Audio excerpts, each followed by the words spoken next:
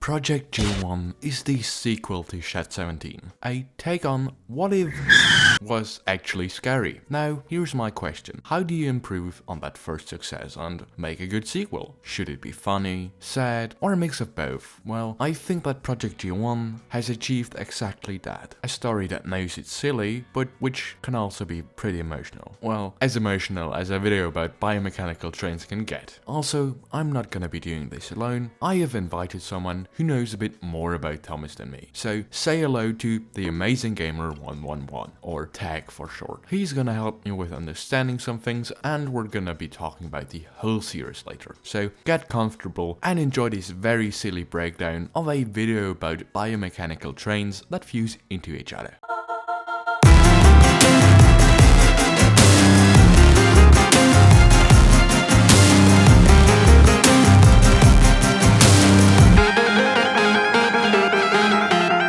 Journey begins where it found its end last time, in Shed 17, which, yes, is still inhabited by this abomination. Well, until the government does government stuff and kills it. Now, we take a slight detour and slam right into the fourth wall by reacting to the reaction to Shed 17. The reaction. Which is coming very close to being Reactception. Oh yeah, and this guy exists. Today, the town was buzzing with news of her pregnancy. He got so traumatized by the documentary that he now recites all dialogue and can't stop doing it. Well yeah, that just happens sometimes. I guess just sweep that under the rug and blame it on someone else. Speaking of blaming someone, let's talk about what happened to Keith after the documentary. Yeah, he didn't have the best time. Like, man, that Channel 4 interview sucked. Mr. Hartley, are you to blame for the events on Soldar Island? Well, let me tell you, I am not. I am totally to blame for what happened to Thomas and all his friends, and I do it again tomorrow. But yeah, he also just lives in the UK, so who wouldn't be miserable there? Alright, I think I lost track. Well, wait.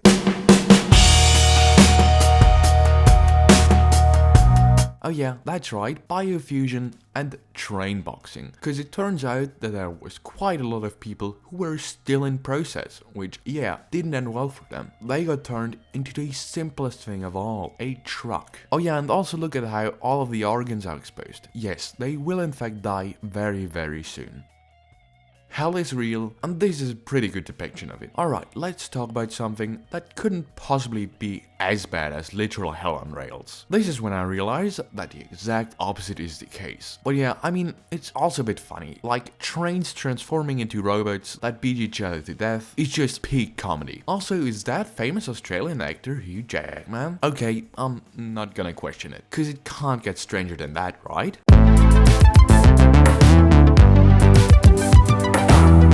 So what does a government do if it bans stuff but still kind of wants to do the stuff they banned? Well, create a shell company, of course, which is what the fictional British government did, which led to the creation of HID Logistics, a military shell company, which also implies someone we already know, Dr. Owen Roof, who has one goal: get as many engines as he can get, because that's what he needs to achieve his lifelong dream: biofused matter, breaking it down.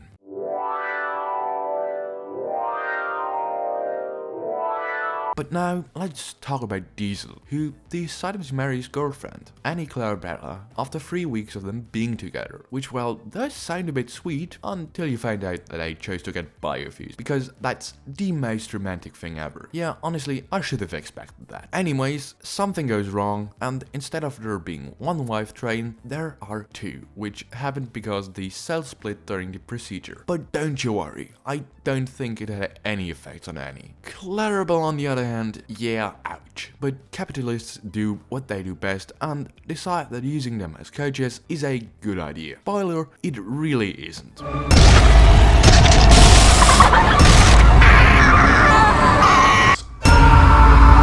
After something that nobody could have predicted, HID Logistics decides to store Diesel and one of his wives away. And after he chooses the one that isn't lobotomized, he gets locked away forever, looking into the loving eyes of his wife. Now, what happened to Clarabelle? Well, scientists gotta do science, so nothing good.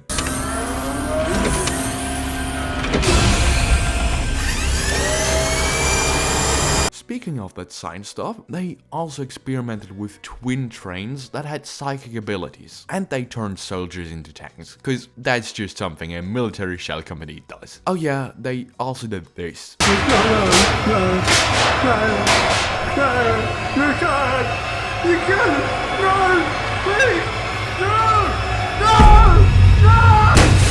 Just wanted to mention that. Alright, now we arrive at the point in time where all of that Shed 17 stuff became public, which leads to Hit Logistics melting down the evidence and getting rid of their test subjects. Now remember how I talked about the experiments they performed on trains, which researched their psychic power? Well, turns out that the bond between Annie and Clarabelle was so strong that when they started to incinerate Clarabelle, Annie also started to burn, which I know already sounds cruel, but you have to remember that Annie isn't alone. Diesel is looking right at her and has to watch his wife burst into flames. And if that wasn't bad enough, Diesel is still locked in, and to get out, he has to go through the corpse of his dead wife, which is already like very fucked up, but it gets worse. Because to break down the door, he has to roll back for his wife over and over again to break down the door that is trapping him in this room. I'm so sorry for you, Diesel. That is just sad. Alright, that's depressing and all, but like MadPat once said, Alright, back to crack. Because turns out that the only way to hide like 6,000 pounds of biofused matter is to hide it in a quarry in the Blue Mountains. But how does one take care of such a black site? Well, use an engine that is addicted to Welsh coal, obviously. But what is Welsh coal? Well, basically drugs for drains. Just look at Thomas. He's high.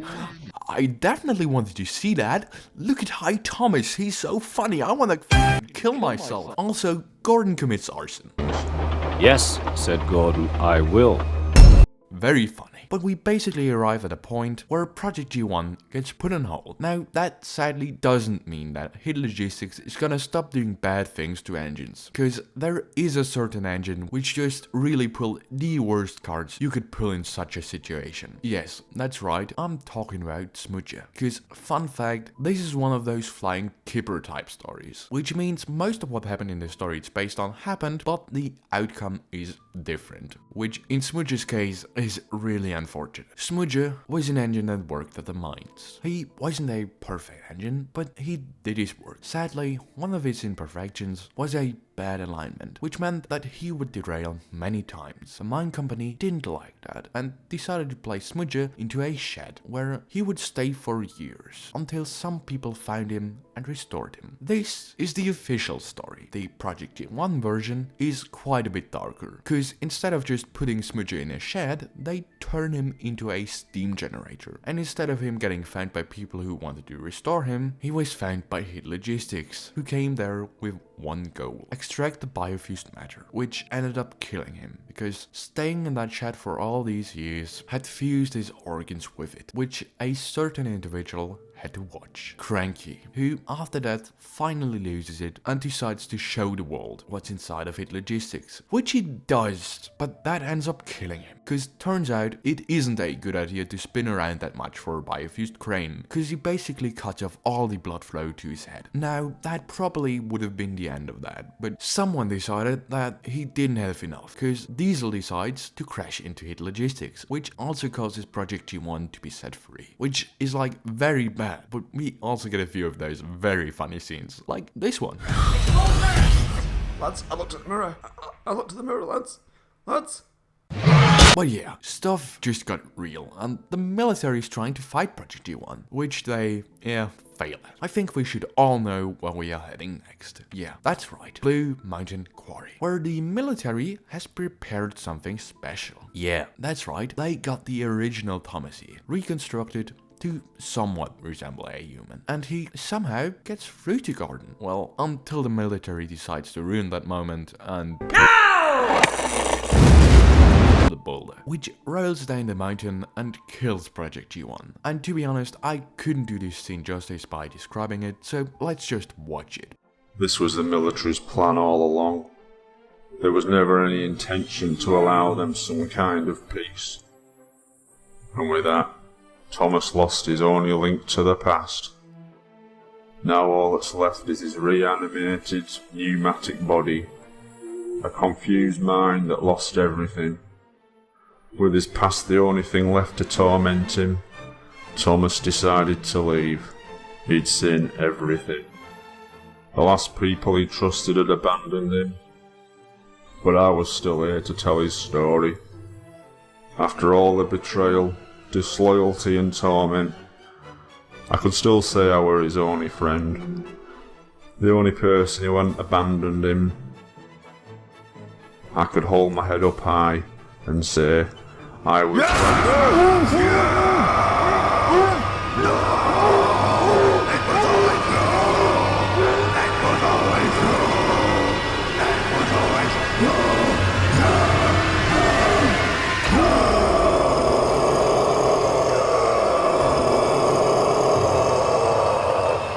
Yeah, sadly Keith doesn't get a happy end. He just gets ripped apart. And like last time, we get a few more lore drops to what happened after. Like Sodor becoming a Biofused only compound in 2021, and in 2040 being completely cut off from human civilization. But there's more. We get a post-credit scene showing that Keith survived. But that doesn't last long, cause someone else we know shows up. Dr. Ruth, who has been working with someone many thought was already dead.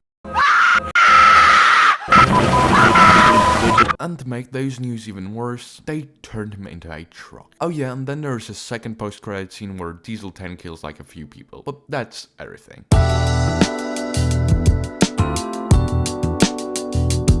Hello everyone, I'm the Amazing Gamer 111. I made Thomas stuff a while ago. I don't make Thomas stuff anymore, not on my main channel, but I do still make Thomas stuff on my second channel. Anyway, I was brought onto this by some random guy in purple, and you'd think being a Five Nights at Freddy's fan I would find that alarming.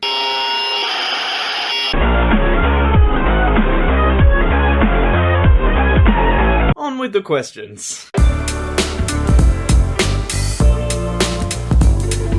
Alright, so let's just start at the beginning. How'd you discover the series? It's all a bit of a blur. I don't remember a whole lot, but I think it was on a recommended page on YouTube when I opened it up. The thumbnail just stuck with me, and I just didn't really watch it because I was young, dumb, and full of steam. But then when I finally did get around to watching it, I was completely traumatized, because prior to that I had a lot of Trackmaster and Tomy stuff that I would enjoy playing with, and the movie traumatized me so much that I just sold off all my Thomas stuff the first chance I got. I wanted nothing to do with it, because my little mind couldn't wrap around the fact that that wasn't canon. I was a kid, I thought everything that was made that related to Thomas was just completely by the people who own the IP. When Season 3 is your favorite season, it's a very slice of life thing, and you go from that being the status quo to all of this, yeah.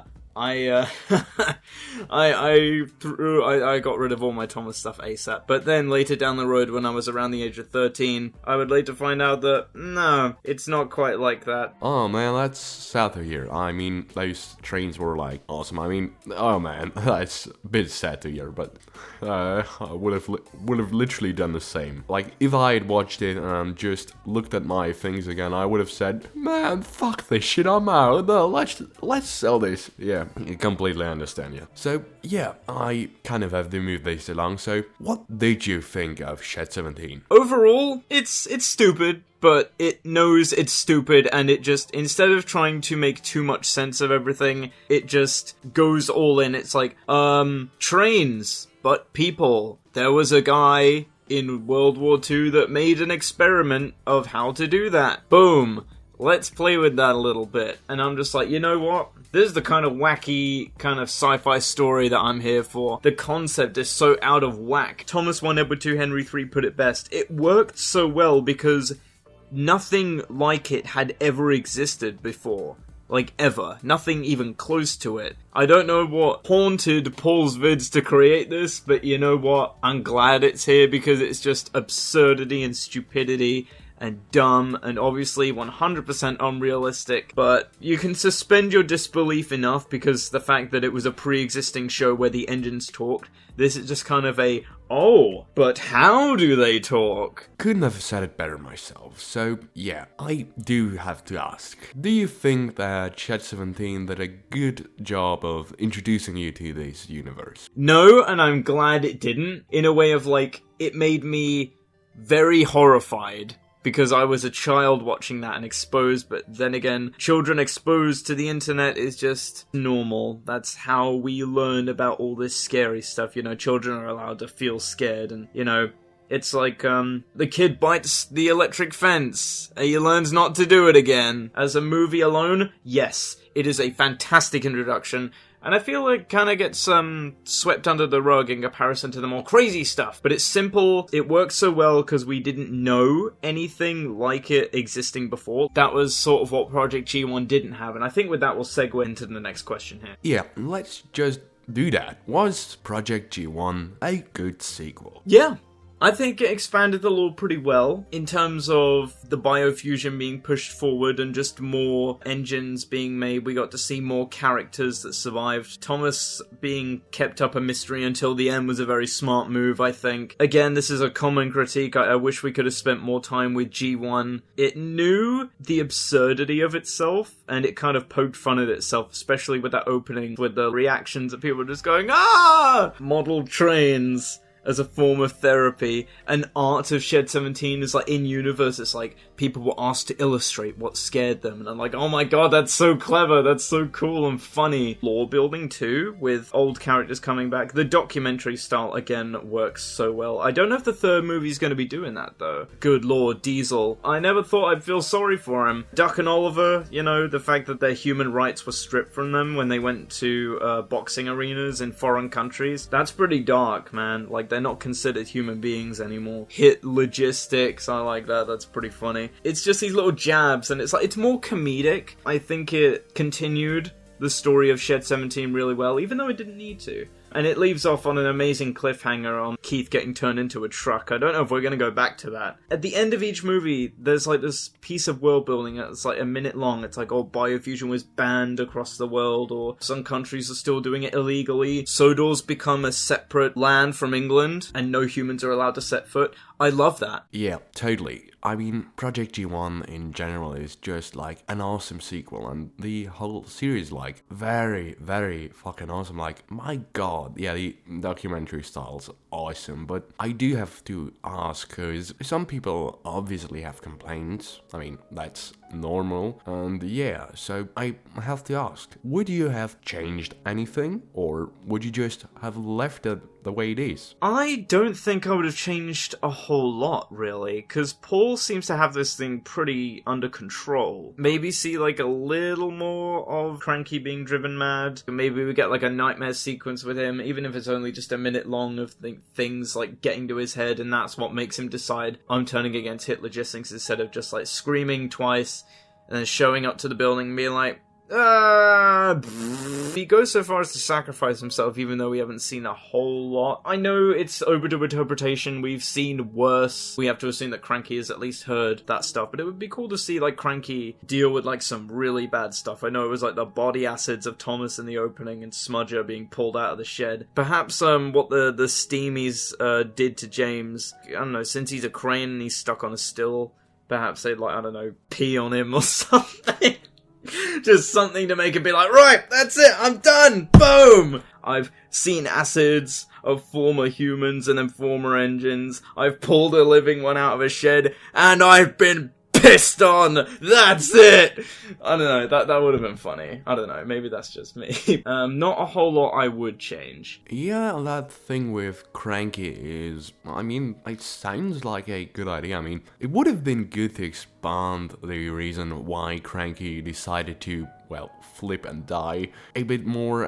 Would have been good to expand that. Like, yeah, don't know if pissing's the right choice, but who am I to judge? I mean, at least the things the steamies did to James didn't happen to Cranky, which, yeah, that is a thing that has been cut from the original video. Like, man, that's about that. So now we have to move on with our questions, because this video is already like pretty long, so let's ask our next question. What was your reaction to the Soderland trailer? You know, for the longest time, and my older brother said this when G-1 came out, I don't think they're gonna make a third one. The engines are on their own on Sodor now, there's nothing left there, Thomas is left alone, their defense mechanism is Diesel 10 if any humans come over. There's nothing really left. And I held on to hope for the longest time, through Thomas's PC adventures, through Rolly's adventures. I knew someday there would be something. And then that night, when that trailer dropped, I screamed. I was so damn excited. And I'm not one of those people that was like, oh, please make a third one in every single comment section.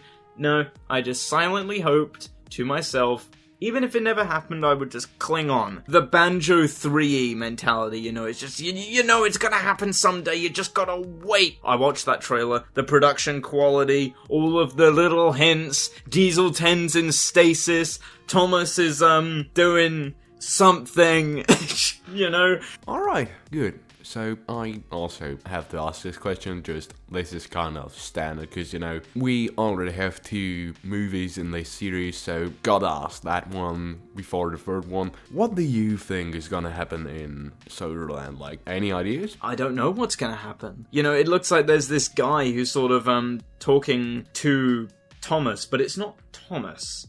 Because he's talking to an engine, but he's talking to the engine about what Thomas did, saying it was you did that. You know, I'm like, so is has he been biofused again into like a different engine? I was over the moon. I was overjoyed that we were getting a third one. And I think this will be like the last one. But the fact that it's coming out this year, that's crazy. That's insane. The fact that he's probably been working on it for years as well, and been so silent about it, and I'm like, you know what? I respect the hell out of that, man. He did it with G1 as well. He released trailers pretty well in advance, and I think it's going to be the same case here. In fact, I think it's even better, because the trailer came out the same year the actual movie itself is coming out. He's getting really good at distributing. Yeah, the fact that it's coming out this year is insane. And also, I also don't really have a plan what's gonna happen in it. Like, I don't know. We could literally... I have no idea. The only thing I do know is that it's gonna get crazy probably, and that it's gonna be a fun ride. But yeah, we do have someone we have to talk about. So yeah, let's just ask the question. What do you think happened to the fat... He's still alive, we know that, and he's like, what, 110? He's 110? What the hell? Well, you think, what the hell's he done to be able to live that long? But then again, he is the leader of a massive biofusion operation. Surely he's had a few injections or pills or whatever, done a Gerald Robotnik, I suppose, to keep himself alive. Some sort of powered thing. I want in this movie for the Fat Controller to meet his demise at either the hands of Diesel 10 or more appropriately at the hands of Thomas himself. The kid he was so mean to, who was just filming his engines in the first thing, and the first thing Thomas ever hears from him is, "Oi, get off my fucking platform!" I would love for Thomas to be the one to bust him up, you know? That would be great. Poetic justice. Exactly what he deserves. But right now, he's still leading the operation. He locked Keith away because he kept opening his big mouth, you know? But I just want him to meet his demise. If this is the final movie, we need to see him go. We need it to be Thomas who finishes him off for good. I agree, that feels like a very good ending to the story, but now I gotta ask, because a viewer brought that up under the last video. What do you think of side rods? Dude, the side rods are like the best comparison I can think of is like Thomas and the Magic Railroad, the chase scene where we get those close-ups of the wheels just spinning. That is so satisfying to me, like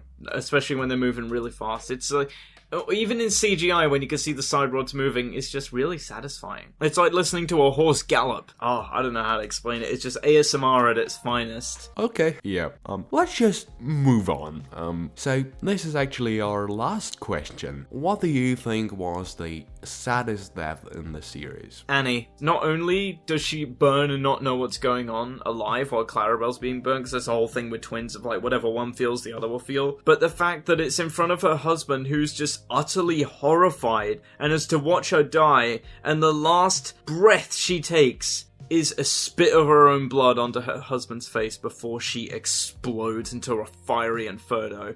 And it's not only that, but in order to get out of the shed, Diesel has to drive over his wife's dead corpse again and again, like rolling back and forward, by the way, to beat the door down to get out. Like, oh my god! Never do I feel so bad for Diesel than when I'm watching that scene. It's, oh my god, it's writing and it's some of the most masterful. Because you'd never expect going in to feel bad for Diesel, but then this movie comes along and it proves me wrong.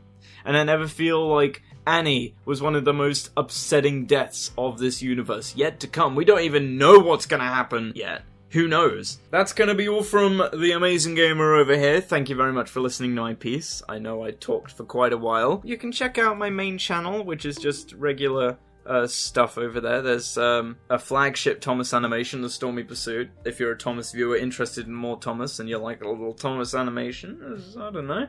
Also, I've got a Thomas channel called Tag Strange Productions. So, if you're just interested in anything Thomas, I'm going to be uploading on there pretty soon, starting in May. So go check that out, if you're interested in just anything Thomas related. Thank you very much for having me on, and I will see you all in the next one. Bye-bye. I'm awful. Yeah, that's about it. Please check out Tag's channels and all of his stuff. He was awesome to work with, can't stress that enough. Amazing to work with. And with that, this was Chris Polygon, and see you next time. Bye.